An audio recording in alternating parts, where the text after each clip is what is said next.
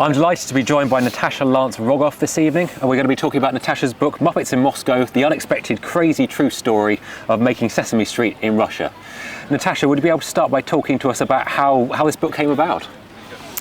Well, I was, making documentary films in the Soviet Union, and then once the Soviet Empire collapsed, I was tagged to lead this team of about 400 Moscow artists who are from Georgia, Armenia, Ukraine, and I completely did not expect this to happen in my life. I had no children's television experience. I was making documentaries and news, and it changed my life in a way that was just like a dream. And it must have seemed, obviously the war had come down very recently, it must have seemed like a really kind of exciting but quite a dangerous proposition to go to Russia, where obviously kind of it's been a dictatorship until very recently. Well, I think I pretty much underestimated the challenges that we'd face. I mean, from the first days that we went there, our first sponsor was nearly killed in a car bombing. And then our office was taken over by soldiers with AK-47s.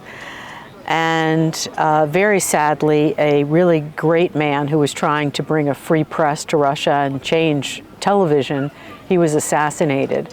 So, this is not what you expect when you're about to, launch on making a children's comedy puppet show. Yes. But also, it was really ambitious what both the U.S. government was involved in and the Russian Ministry of Education, as well as the, more than 400 artists who really yearned for a different society, for a more open society, and a better future for their children, a freer future.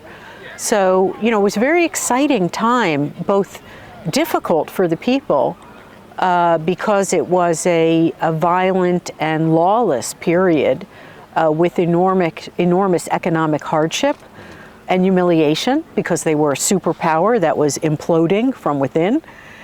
But at the same time, there was really a great deal of hope for how the country could change. I think we all felt this, both my colleagues from the former Soviet Union, as well as the people we were working with in the West.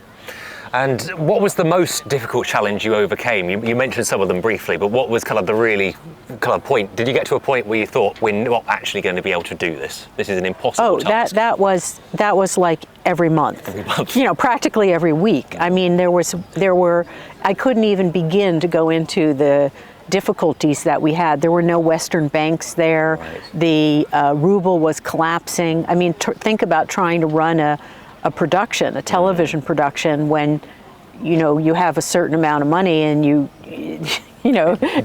convert it, and now it's in rubles. Yes. And now you have less money. So there were many challenges, but I'd say aside from the violence, which was really incredibly disheartening and constant, we had to deal with that constantly, were the cultural clashes, in trying to bring a show and adapt a show for a society that lived under communism for 70 years.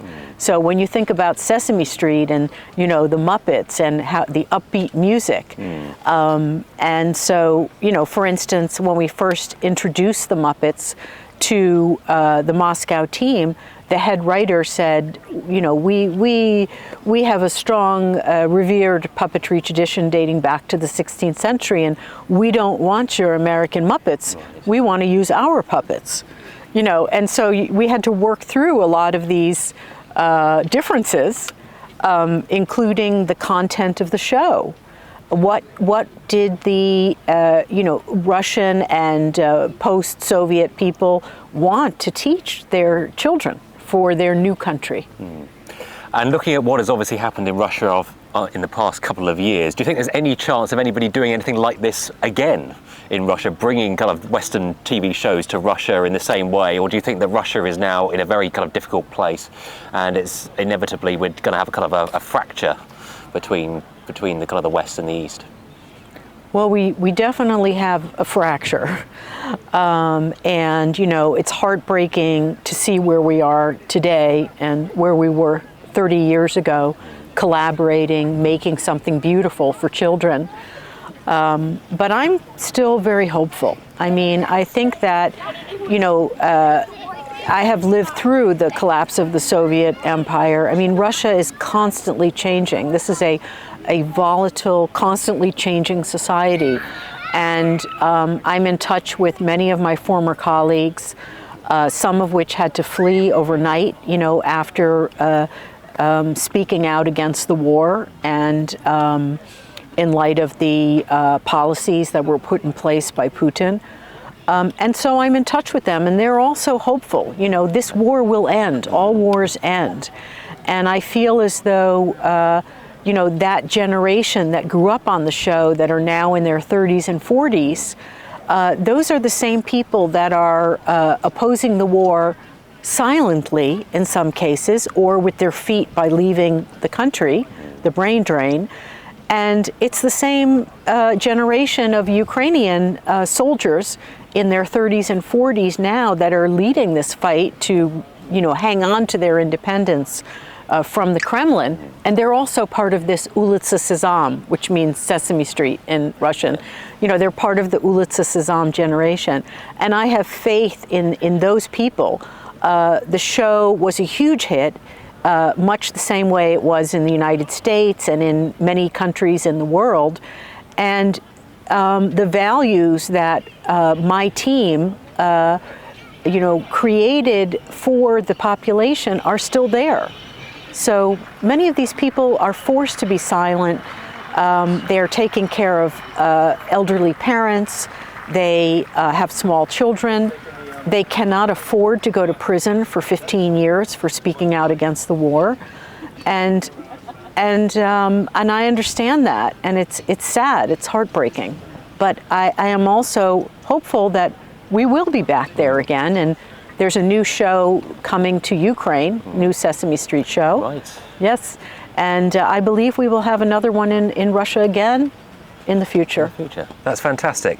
As a final question I was going to ask, I know you arrived relatively recently in the past few hours. Have you had a chance to look around the festival and see what's on offer? I'm blown away. It's a fantastic festival, and it's such a beautiful area. I had so much fun seeing, the sword making, the javelin fighting, and I love the costumes.